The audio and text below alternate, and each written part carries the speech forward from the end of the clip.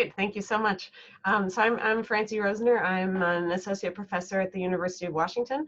I'm also super happy to be here. Thank you so much for inviting me. I think it's been a strange year for everyone, but maybe one of the silver linings is that we have more of an opportunity to connect remotely and have that be more of a normal thing. So I'm really happy to be here. I co-direct the Security and Privacy Research Lab at the University of Washington. And in that lab, we focus on a broad range of computer security and privacy topics, kind of using, we're interested in any types of technology, looking at both things that are deployed today and things that are coming in the future. What will be the new security and privacy risks there, and so on. And we think about this from a variety of different perspectives, and you'll see that a bit in this talk, thinking about both the human factor side of things, how do people interact with technology and what do they expect from it, how do we actually design our technical systems, and how do we measure and understand what's going on in technical systems that are already deployed today. And so what I wanted to talk about today was the broad topic of technology-enabled misinformation and disinformation. And that's something that is becoming more and more of a topic. I'm sure that's something that many of you are following and are interested in. I think over the last few years, it's become clear that misinformation or disinformation, so false information spread online that is either unintentionally false or intentionally false, intended to manipulate and mislead, is becoming a real issue that affects the real world. So there are examples of potential impacts of online misinformation on the outcomes of elections, on the political and medical beliefs that people hold, and causing real physical harm to individuals. So there are many, many examples like this where rumors and misinformation spread online have led to potentially real and harmful societal and individual outcomes. And of course, these types of rumors, propaganda, misinformation are not fundamentally novel phenomena. So of course, as long as civilization has existed, we've had lies and propaganda and so on. And so what's not new in this space is kind of the incentives of the adversaries to spread misinformation or disinformation for various political or financial or personal gains. And what's also not new is kind of the underlying human cognitive vulnerabilities that are being exploited by misinformation. So the various cognitive biases that we have, for instance, confirmation bias, the bias to pay more attention to information that confirms beliefs we already hold, and so on. So this kind of human cognitive attack surface is also not new. But what is new in the last several years is how misinformation and disinformation content is created at scale, how it's disseminated at scale and can be targeted at particularly vulnerable individuals, and how it's consumed via technology by people all over the world in real time with quick A/B testing feedback for the people creating this content and so on. So there's lots and lots to unpack here, and many researchers who are working on different aspects of this. Ultimately, this is a really pressing problem. I think we see misinformation and disinformation come up in kind of every local and global political and other issues. And it's a multidisciplinary problem. So we need to understand and tackle it from all of these interdisciplinary levels, including kind of the technical ecosystems, the human ecosystems, and from lots of different perspectives. So there are many great people working on understanding and mitigating many different aspects of this problem.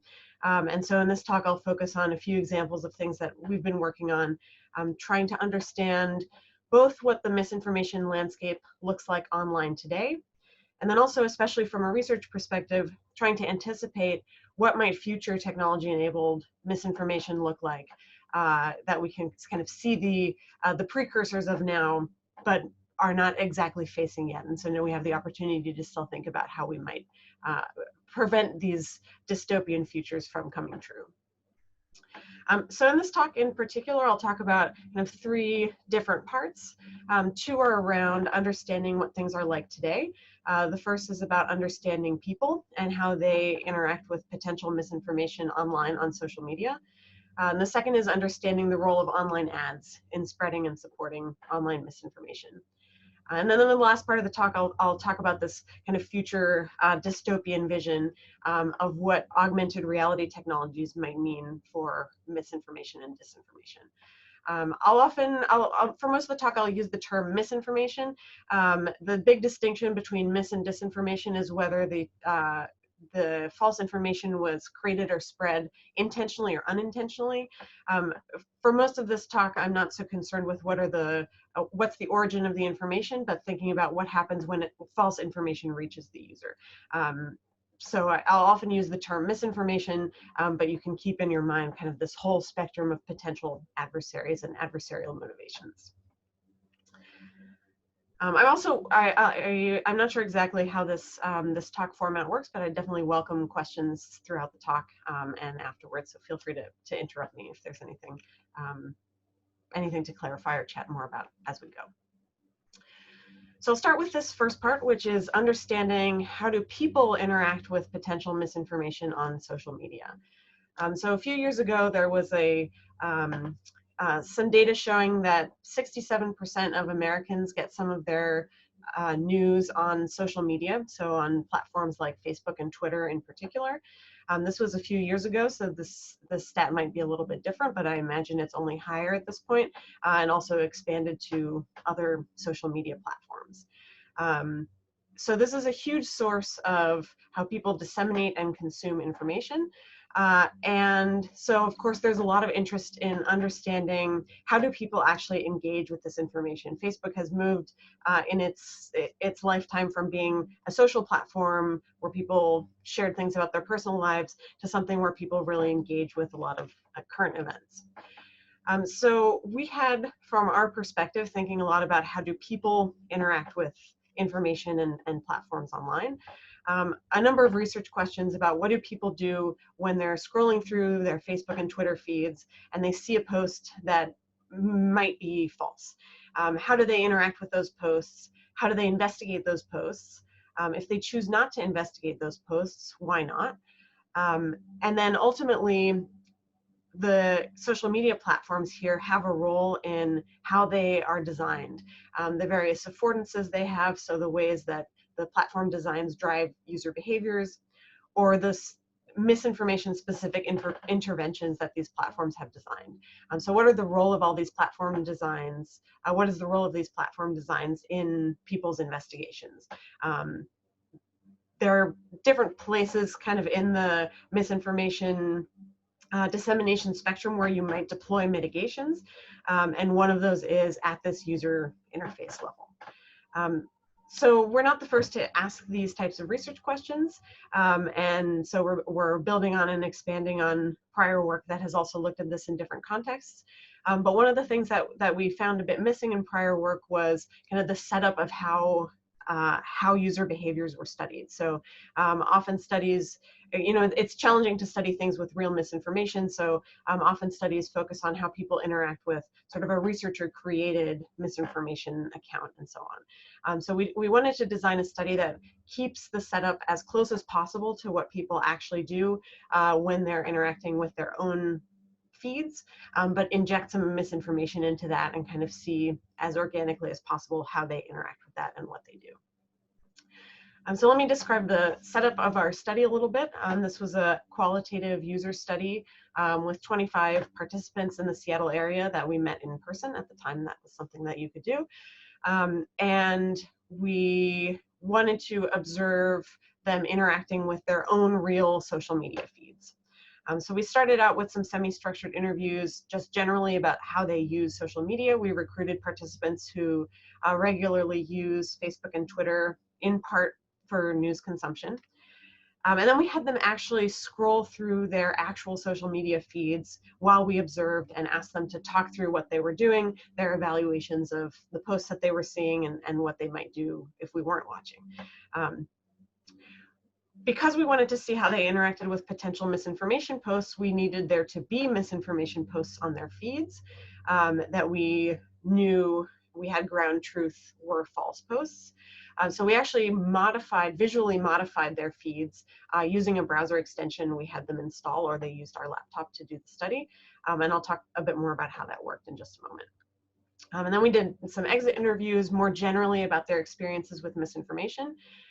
We didn't advertise the study as being about misinformation, but rather more generally about social media use, so that participants weren't primed to look for false things. With, you know, they weren't expecting necessarily to see false things. They didn't know that that was the focus of the study.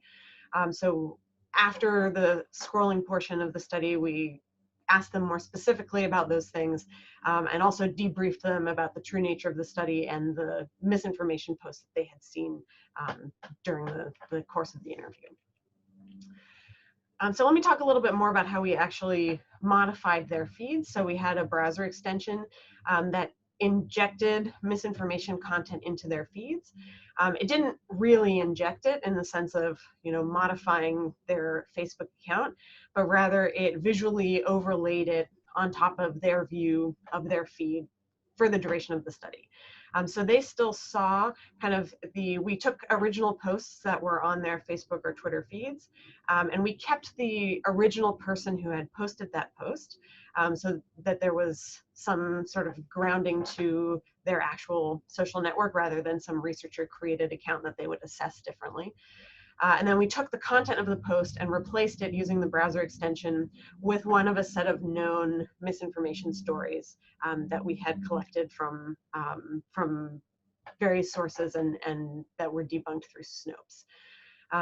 So we chose a set of posts that tried to cover a variety of topics, kind of politics, looking at both left and right-leaning politics in the United States, health topics, miscellaneous human interest topics, and a variety of different types of posts. So articles, memes that are, you know, mainly images, tweets and Facebook posts that were just texts, photos, and so on. So this was a qualitative study, so we weren't trying to understand kind of statistically the differences in how these posts were engaged with, but rather to explore this broad space and surface a bunch of different themes and a bunch of different strategies that people use to lay the groundwork for future, maybe more quantitative studies. One thing I want to stress is that we designed the study so that participants couldn't actually share these false posts on their feeds. So they were just visually changing the posts that they were seeing, but they couldn't actually share these fake posts further on their feed. And we also debriefed them afterwards about the false stories, so they didn't have an opportunity sort of between the study and the debrief to, you know, tell someone about this rumor on the phone or something like that. But we wanted to make sure that they were seeing actual ground truth, false information in the context of their own feeds. So just to give you a sense here, a couple of example posts that participants might have seen. One is kind of a text-only Twitter meme, and the other is an article shared on Facebook, and you kind of see the Facebook UI showing the article head image and so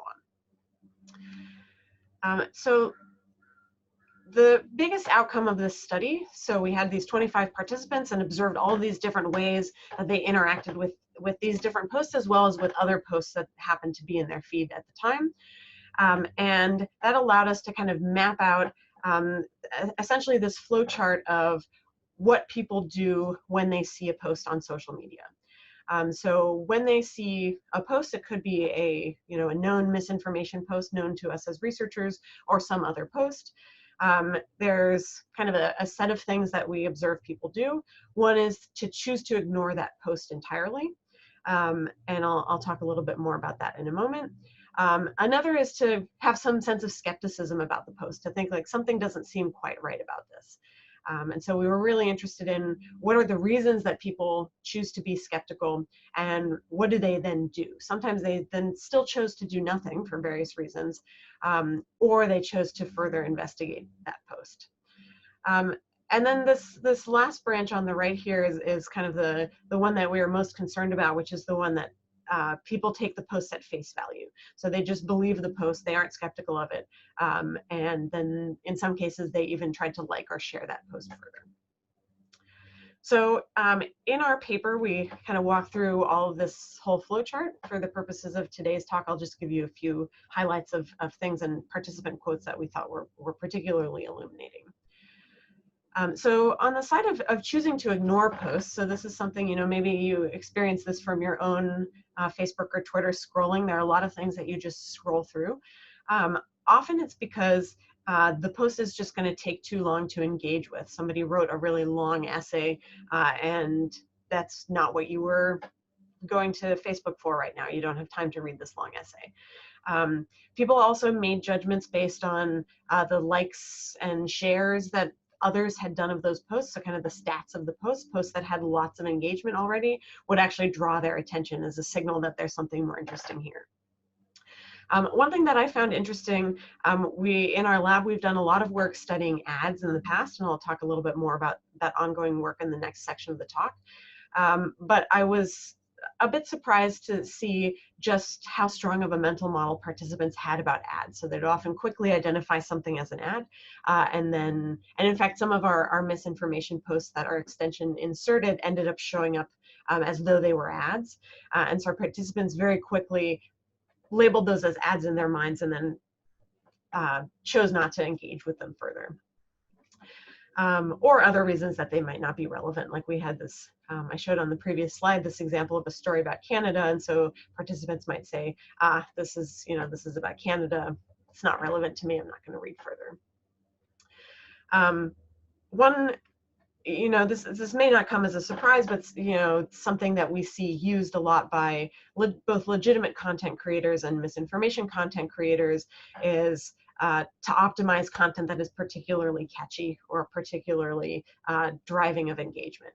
And we saw this in our participants as well. So as they scrolled through, they would make judgments about how long would it take to engage with this and how much value will I get from it. So one participant said, if it was something funny like a meme or something, then I'd probably care about it. But this one was just words, so I'm a little bit less interested. I'll just scroll past it. One of the research questions that we had that came out of this branch was, of course, from a misinformation dissemination perspective, we're concerned about the branch where participants take things at face value and believe the posts. But the case where participants choose to ignore the posts, I think there are important open questions about whether those posts nevertheless impact their worldviews. They scroll by an ad or they scroll by a headline and they say, that's not relevant to me, or I'm slightly skeptical of that, or that's an ad. But to what extent does what they've seen here still kind of seep into their mind, and later, they might say like, oh, somewhere I saw something about blah, blah, blah. So I think there's an open question of understanding how much do these posts that people choose to ignore or even choose to disbelieve still impact what they think later when they've maybe forgotten the link between where they heard that information and the whole context around it. So another branch that was interesting to us was this case where participants were skeptical of a post. So they thought something was not quite right here, but they chose not to investigate it further. And often this boiled down to they weren't on Facebook or Twitter to engage with this particular type of content at the moment. So Facebook and Twitter feeds, they mix up all sorts of different content, and people might have been on there to scroll through some of their friends' weekend posts on the way to work or something like that. So they were on a mobile device looking quickly for entertainment, and they were not currently trying to be informed about current events or read the news. And so they often might see a headline and say, that doesn't seem quite right, but I'm not in the mood for dealing with political things right now. We also saw a lot of political burnout, having dealt with news and potential misinformation on social media for several years now. Participants just didn't want to deal with it right now. And so again, these same open questions, they chose not to investigate it, but did it still impact what they might believe in the future, I think is an important question. And kind of to give you a sense of how little time a social media platform's user interface has to kind of give people the right cues. One participant, when asked about how long they would spend on a tweet before moving on, they estimated probably less than 8 seconds. So people are scrolling through these things and making judgments really quickly. And then finally, there's this last branch I wanted to talk about, which is what do people do when they actually investigate a post? So this is where things like social media design affordances can potentially make the biggest difference, where participants have, people have seen a post, they are skeptical about it or they have questions about it, and they want to dig more into whether this is actually true. And so there are a lot of different strategies that people use. These are also things in part that we've seen in prior work, where participants try to gather additional context about the post. And so these results come both from what we saw participants actually do during the study, but also what they told us later that they used as general strategies. So a big strategy is to evaluate the trustworthiness of the poster, so who posted it. So participants would often kind of take posts at face value or be skeptical of them because of who posted it. So their, well-informed friend, they would take that more at face value, but their, maybe politically opposed relative, they would take those things more skeptically. And they would also evaluate kind of the source that people, that the actual story came from. So here's an example where someone talked about kind of the heuristics they use for evaluating the actual news source it comes from, so the website that the article comes from. So they said, if it's like Alan Bob's website, I'm not going to click on it. If it's CNN Bob or CNN South or something, I'm not going to click on it because they put CNN to make it seem factual where it isn't. But if it's like CNN.com, the legitimate CNN.com, then I'll click on it. And one thing that's maybe worth digging into here is that the strategies that people say that they use and then the things that they actually do as they're scrolling quickly can sometimes be at odds. So we saw cases where participants told us that they use these types of strategies to evaluate sources and evaluate URLs because that's maybe what they cognitively would do if they were consciously evaluating each post. But then in the moment as they're scrolling through, they're still drawn in by some of these other things like who posted it or how much engagement was on it, or was it a meme with pictures that was interesting. So there's lots of things going on at the same time that are that can be at odds here. So there are lots of other, I think, interesting things in this flow chart that I won't go into today, but you're definitely welcome to check out our Chi paper, ask questions, and I can dig more into some of these other branches. And then kind of finally in this part of the talk, like I said, one thing we were really interested in is what can social media platforms or information platforms do, or how effective are the interventions that they are trying to deploy to help people reason about and investigate, or even choose to investigate these posts. So for instance, one thing that was deployed at the time that we looked at people's feeds, I think that we ran our study last summer or last spring, was this Facebook information button. I think that's still there now. So most of our participants, if not all of our participants, didn't know about this button until we showed it. So if this is the first time that you're noticing this yourself, don't feel bad about it. So Facebook has this kind of information button that you can click to get more context about the source of an article. And at face value, this seems like it would support kind of this source investigation strategy that participants said that they consciously used. But whether it's the strategy or the design of this particular user interface elements, our participants just didn't know about and hadn't used this button. Since we did this study, these platforms are constantly changing their user interfaces and trying different strategies. And especially around the coronavirus, there's been a lot of concern about misinformation online and a lot more strong reactions from some of these platforms in their user interfaces. So for instance, these are screenshots from around March this year. On Facebook and Twitter that have rolled out kind of more aggressive coronavirus-related misinformation labeling. So Facebook, not just for coronavirus, but in general, if they their third-party fact checkers label a post as false, and they will actually gray out the entire post and label it as false. So much more overt than this kind of additional context information button. And both Facebook and Twitter and other platforms like Instagram and others have this kind of generic search banner. So if you search for certain search terms, they will redirect you to kind of sources that they have determined are trusted, rather than showing you maybe the natural search results that might include a lot of potential misinformation. So I won't go into this in too much depth, but we've started studying these other types of interventions a little bit. And one of the ones that I think is particularly interesting is this labeling of false posts. So when we ask people about, so this is a separate study, a survey-based study, when we ask people about various coronavirus-related misinformation they had seen and how they had learned that it was false, what we find is that they mostly learn things are false through things that are not explicitly designed by the platform for that purpose. So most people are skeptical, or rather the most common response, so about 40% of the people who had learned something was false did so because they conducted a separate web search and they were skeptical, or they wanted to learn more about something, or they sought out some other trusted source, like some trusted news site.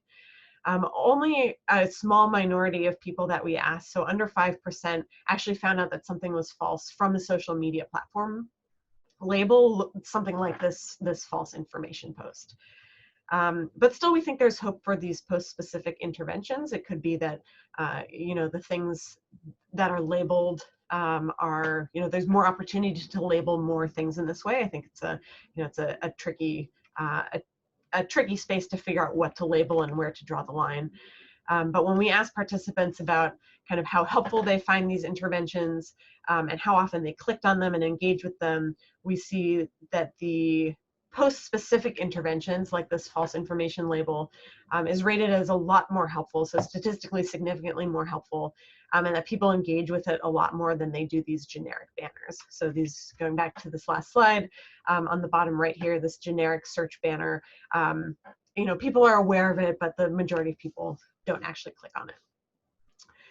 So there's a lot of work still here to be done to understand, how people engage with information, and most importantly, how to take what people do and translate that into something useful that platform designs or third-party extension, or different places in the flow of how people consume information, that we can give them nudges and cues to help them more thoughtfully engage with information. And we're often thinking about people who are trying to engage intelligently with information online, but there's just so much of it, and people are trying to make sense of these really complicated things. And so how can we design to help them to be more thoughtful consumers of information, which is what they intend to be. Okay, so that kind of wraps up the first part of the talk. So let me talk a little bit about a different part of the web. So here's an example of the types of ads you might see on the web that maybe you're used to tuning these out. Maybe you have an ad blocker and you don't see them so much. You might be startled if you turn off your ad blocker, all the ads you see. Or your attention might be drawn to them because they're designed to draw your attention. And so about maybe a year and a half ago, we started looking at the potential role of online ads in misinformation.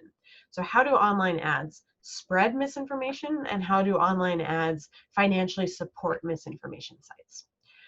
So online ads is a space that we and many others in the computer security and privacy community have studied from a privacy perspective, so understanding how ads follow you around and track you and learn an advertising profile. But we haven't studied so much what is the actual content that users are shown in the ads. And here's another example that comes from a web crawl that we did somewhat recently that shows you just some of these very attention-catching but also somewhat distasteful ads that are trying to, clickbait ads that are trying to catch your attention with gross images or exaggerated claims, sensationalist claims, and so on. And so, like I said, we've been thinking about kind of what is the role of online ads in both spreading and supporting misinformation online. So now we're thinking about not social media platforms, but rather news and alternative media websites. Among online ads, there's a class of ads called native ads that you might be familiar with that are especially notorious for having deceptive or problematic content.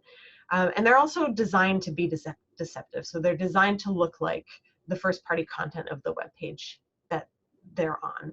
So here's an example where you can see on the left some sponsored advertising links. And on the right, you can see actual editorial content, kind of article recommendations from that site itself. And if, especially for a web user who's not like me, obsessed at investigating online ads, looking at these two sides of this slide, the ads are labeled as sponsored, but stylistically they look the same. They're designed to blend into the content and to have you engage with them in the same way. And these native ads have kind of spread like wildfire around the web because they are also appear to be effective at capturing people's attention and clicks. So if you look at the marketing materials from some of these companies, these native ad providers, they claim that the click-through rates on these native ads compared to ordinary display ads, so the product banner ads you might be used to seeing as well, is much higher. And that websites make significant amounts of money from running these types of ads on their sites. And so, this type of content has proliferated significantly over the last several years. And likewise, there's also evidence that these types of ads, ads in general, but clickbait and native ads in particular, financially support misinformation sites. So in the 2016 US election, there were a number of stories afterwards about misinformation, fake news websites that ran lots of ads and were able to make substantial amounts of money by running ads on their sites. So kind of two sides of the coin in this ecosystem. So there's lots of anecdotal evidence about kind of the content of ads being problematic and deceptive, and even in and of itself, misinformation, let alone its financially supporting of these misinformation sites.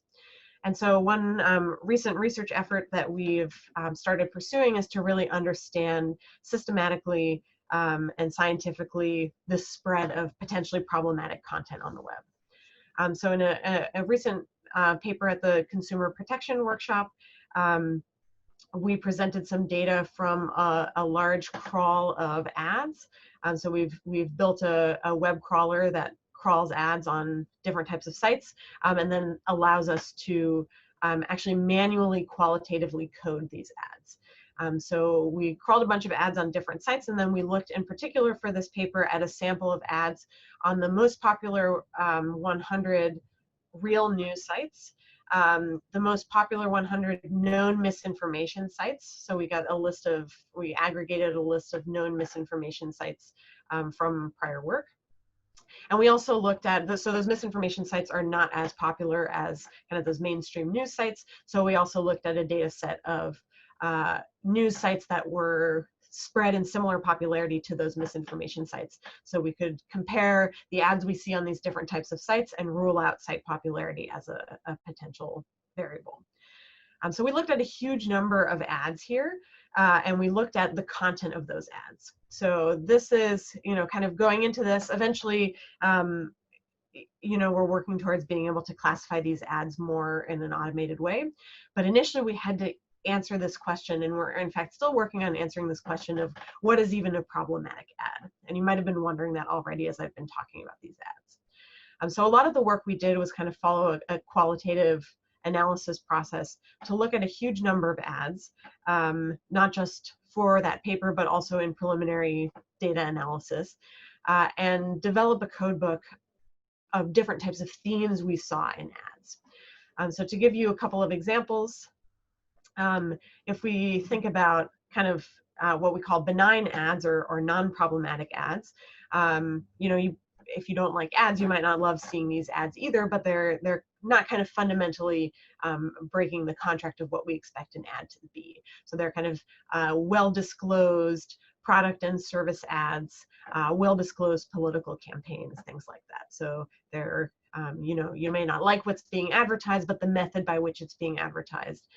is legitimate. It's a legitimate product, and so on. And then we see a whole slew of problematic ads. And you know, I call them problematic, but there's actually important future work to be done on understanding how do people interact with these, and what's the spectrum of problematic. So let me show you a couple of examples here.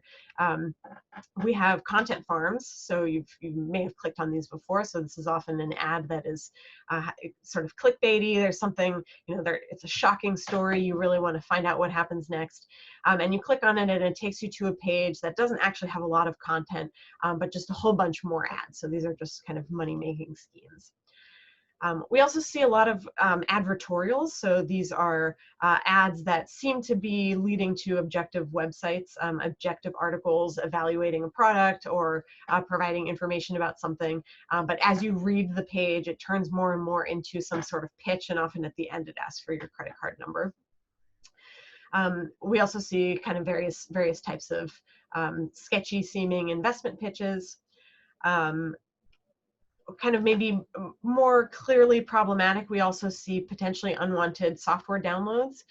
So things that, you know, try to coerce you into installing some browser extension on the way to view the content that you were trying to get to, things like that.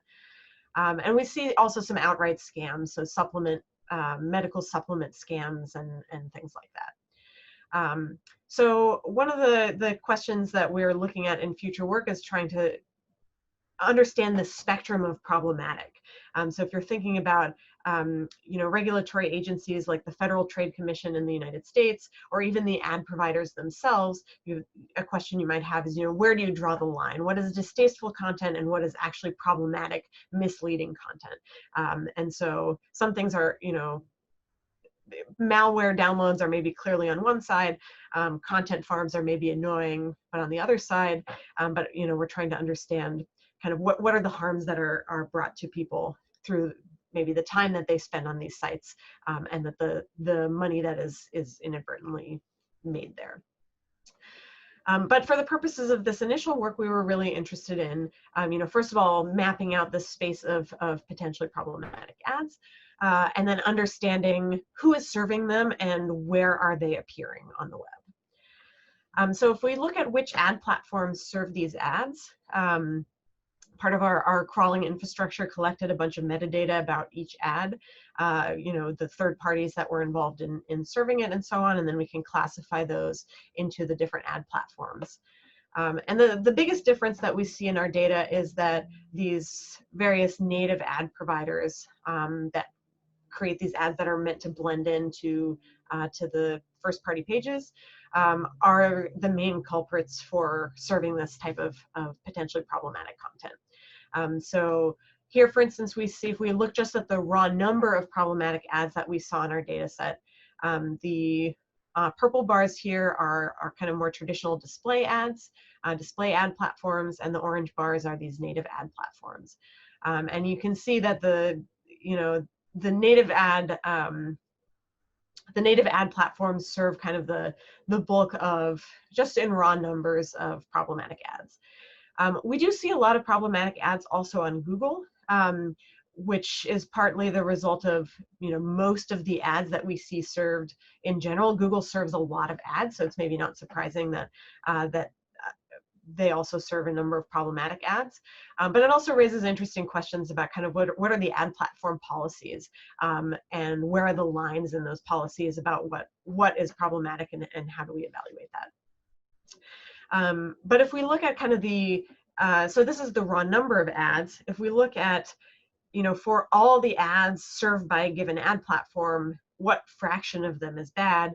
That kind of underscores my point here about Google, which is that Google serves many ads, a small fraction of which are bad, whereas some of these native ad providers, basically most, if not all, of the ads that they serve are problematic in these various ways that I showed on the previous slide. And so there's of course the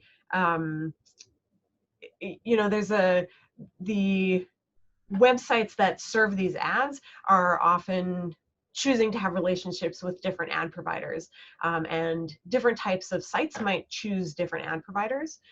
Or the ad providers might target different ads at different types of sites. So one hypothesis we had going into this work was that we might see more problematic ads appear on more problematic websites. So a big research question we had going in was, do misinformation sites serve, or do the ads that appear on misinformation sites, are they more problematic than the ads that appear on kind of legitimate mainstream news sites? Because you might expect, for instance, that the people who visit misinformation sites might also be more likely to click on clickbait or misleading ads. And what we found was actually that problematic ads are pretty evenly distributed across these different types of sites. So we find that large fractions of ads on both mainstream news and misinformation sites are problematic. And so I think there are kind of two important things going on here. One is that these misinformation sites further lead people down maybe this rabbit hole of potentially problematic content.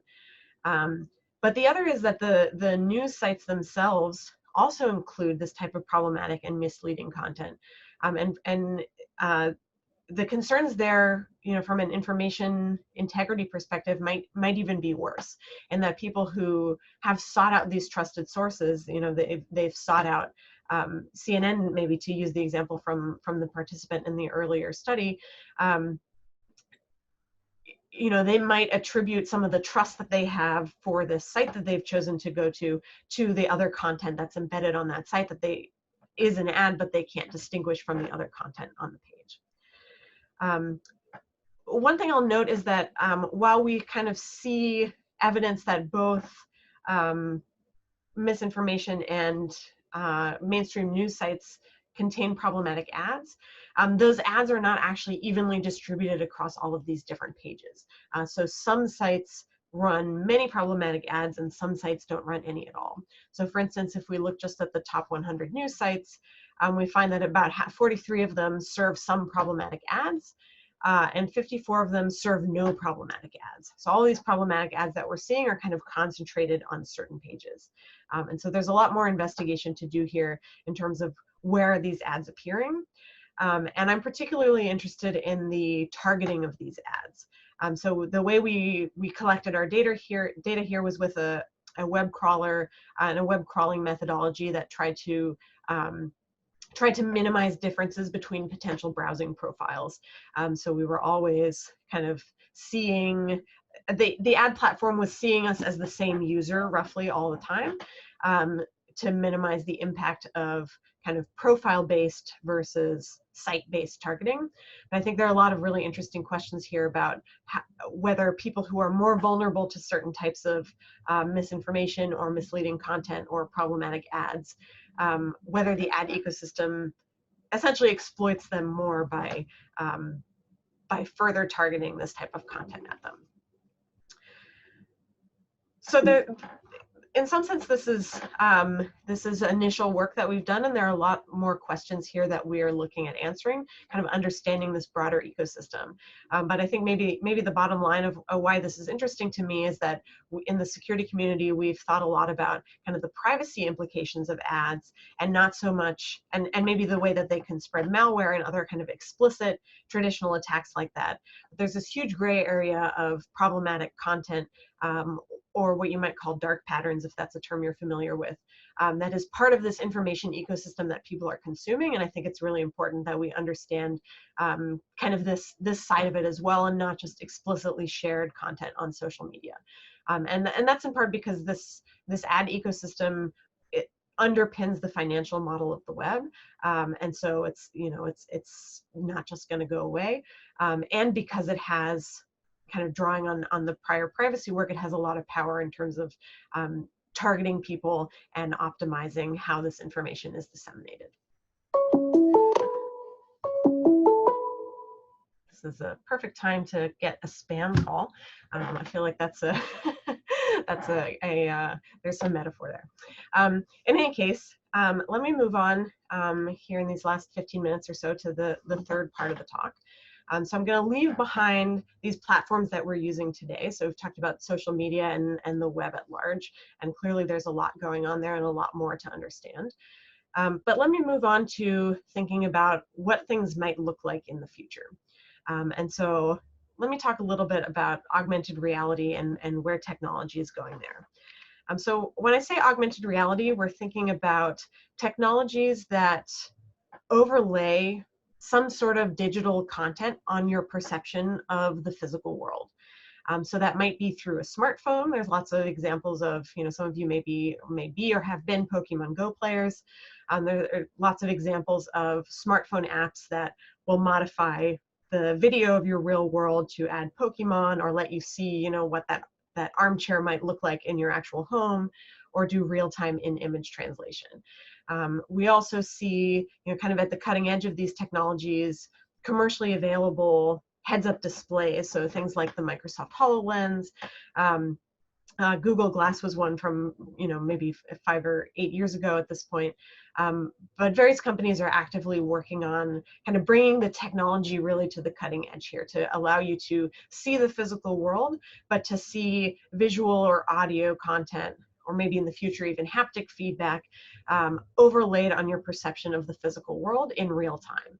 We also see automotive manufacturers working on augmented reality or AR content in the windshields to show you, the distance to an oncoming car or the current speed limit, things like that. So the vision of augmented reality is not new, so it's been around since the 1960s, but it's only in the last 5 or so years that it's really come to the point of commercial viability. And so this is a really exciting time in this space. And of course, from a computer security and privacy perspective, there are a lot of questions we could ask here. There's lots of great potential with this technology. The idea that we could have, fundamentally in positive ways change our interaction with the physical world and with each other with this computer-generated context-aware content. But from a computer security and privacy perspective, a question that our lab has been asking for the last, maybe 8 years now or so is, what can go wrong? And how should we be designing these augmented reality platforms to take into account the things that can go wrong? And here we're particularly interested in ways that things can go wrong that are fundamentally new. So not just things we've seen before in smartphones and browsers, but also ways in which these platforms will enable kind of fundamentally new security and privacy challenges or opportunities. So in this part of the talk, I'll talk just a little bit about kind of this broader view of security and privacy for augmented reality, and then I'll draw it back to this theme for the talk of misinformation and what we might be worried about there. So if we think about how an augmented reality platform might work, we often think about it in the context of this information pipeline here. So on the one hand, you have sensors on the device that are taking lots of input from the physical world.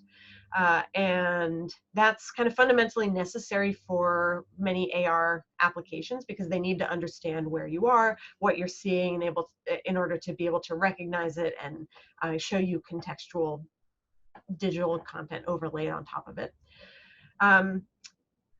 On the other side, you have output. So you've got, your visual output or your audio output or your haptic output, or, maybe in the future we might have taste and smell output that applications are generating. So we've often thought about this with a threat model similar to smartphone platforms, where you might have an augmented reality app store. You've got your platform that you have, that you trust. And on that platform, you install apps that you download from a third-party app store or something like that. And those apps will, through various system APIs, take sensor input, process it, do whatever it is they're going to do, generate their Pokemon, and then output that content for you to see. And so a lot of the work in this space, you can kind of break down along this pipeline. And I won't spend too much time on it, but just to give you a sense of this broader space. On the input side, there are, of course, a lot of privacy concerns. So back when Google Glass first came out, there was a lot of concern about privacy because it's basically involves you walking around the world with a camera on your face.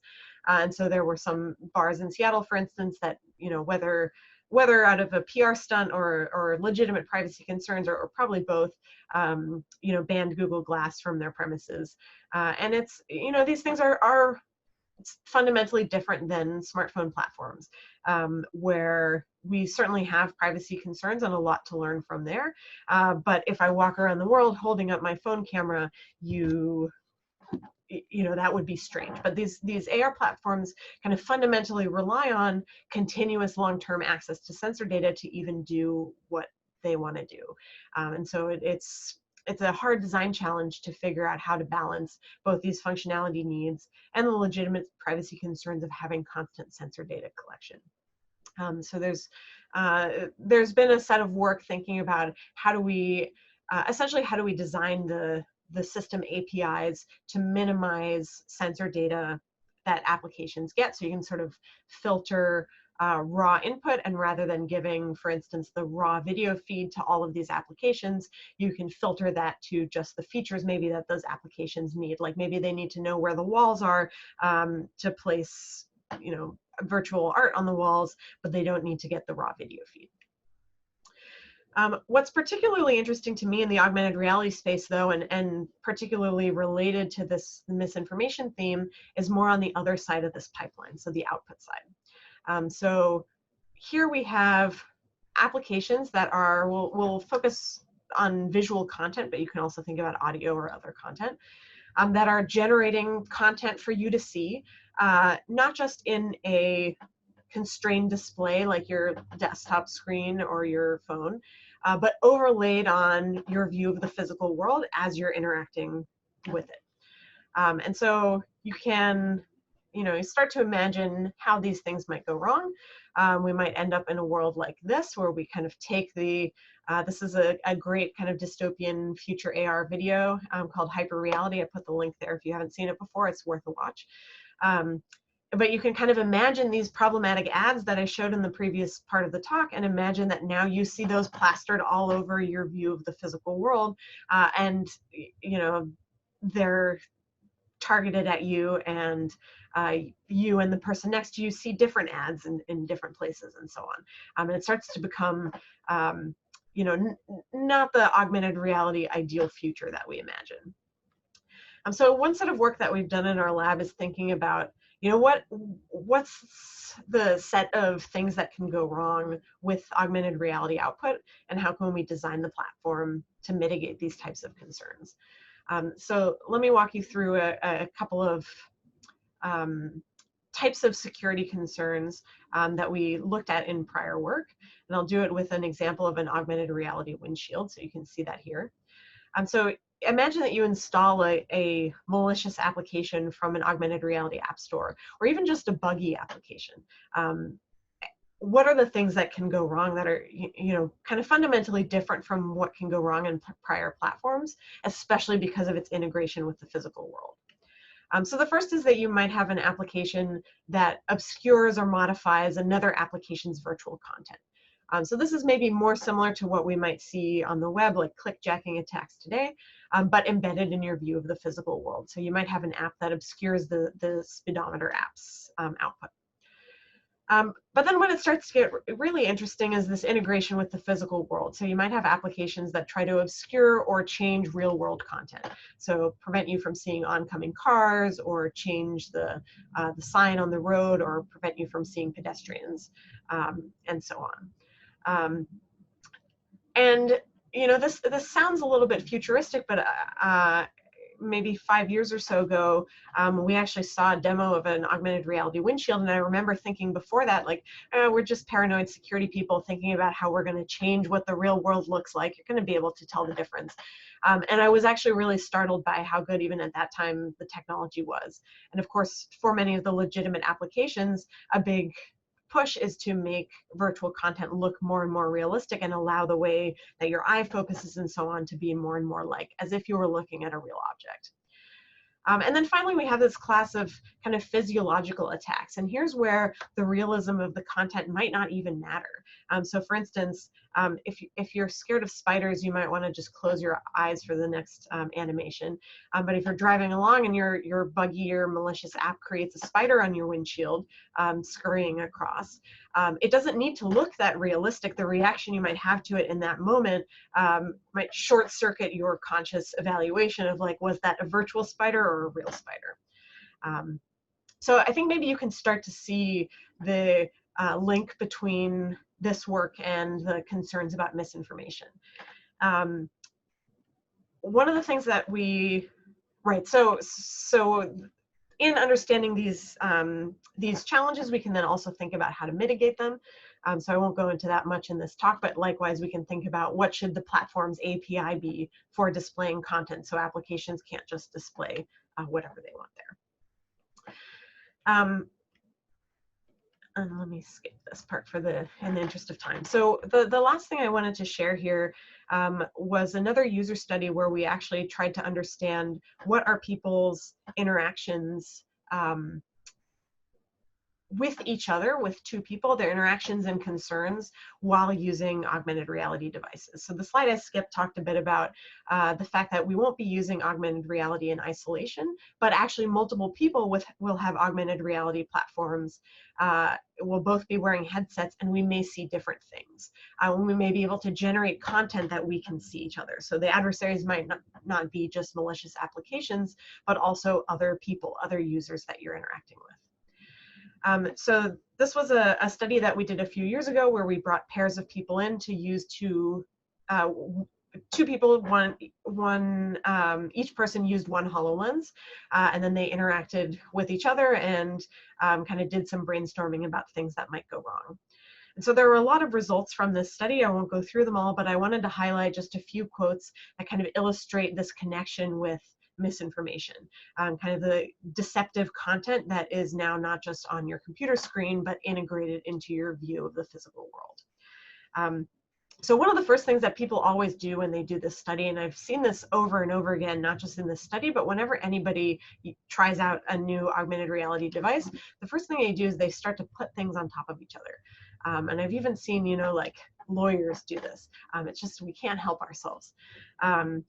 But this is funny and it's a joke, but this starts to raise questions about what can you do with content in the physical world that can deceive people about the physical world. So I'll show you just a few quotes.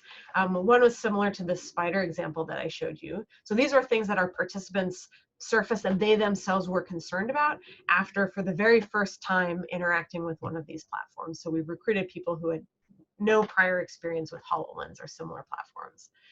So people worried about things like, if you're driving or something, you can throw a digital object at someone and you imagine that it would go through the windshield, or it would feel like it would go through the windshield and you would react in that way.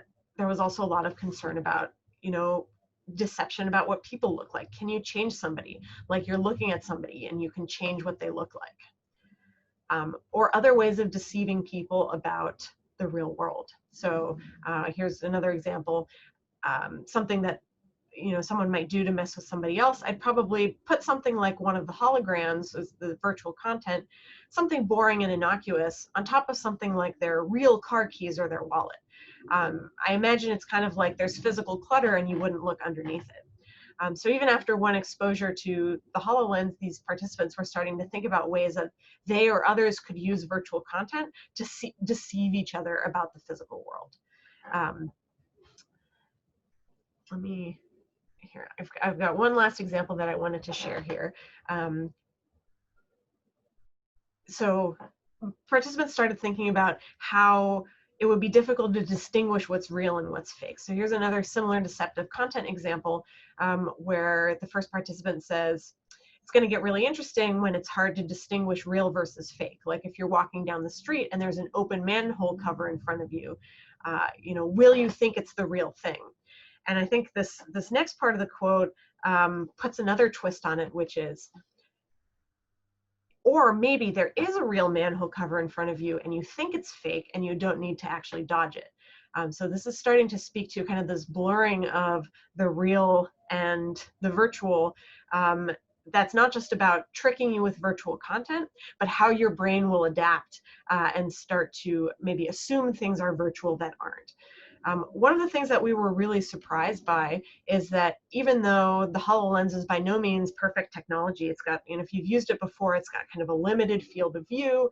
The virtual objects look clearly virtual, but still participants acted as though the objects were real very quickly. So people's brains are very good at, making these metaphors and these adaptations. So people would very quickly walk around virtual objects even though there was no need to do it, because their brain just accepted them as though they were physical.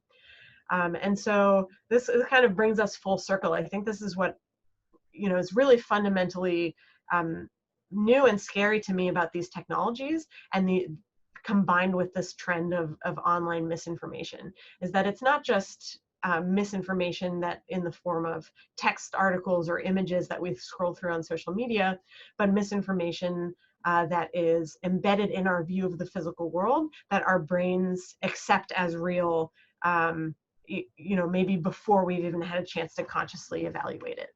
And so, we need to worry about the fact that people will see not just virtually different versions of reality, but actually that their physical versions of reality will be different. And all of the different ways that our advances in realistic virtual content will be misused by potential adversaries. So as one last example, you've probably heard of deep fakes. So these are virtual, these are basically created images of people that are created from huge data sets of real faces of people. And so you may have seen these kinds of examples before, various websites that show you people who don't exist. So these are photos that were automatically generated, and there's lots of advances in this type of technology. And what really scares me is the thought of combining these things with not just our computer screens, but technology that allows us to have virtual content physically surrounding us, embedded in our view of and interaction with the physical world.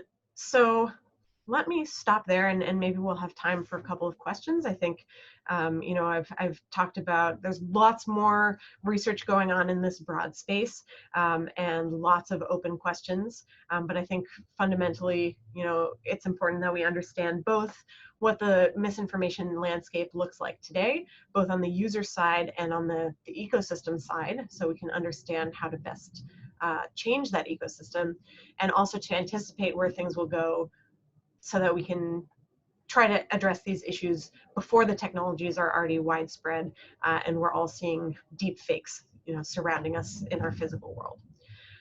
So just as a last note, this was work that was, of course, done in collaboration with lots of great folks. I think these are all at the University of Washington, and I promise you these are all real people and no deep fakes.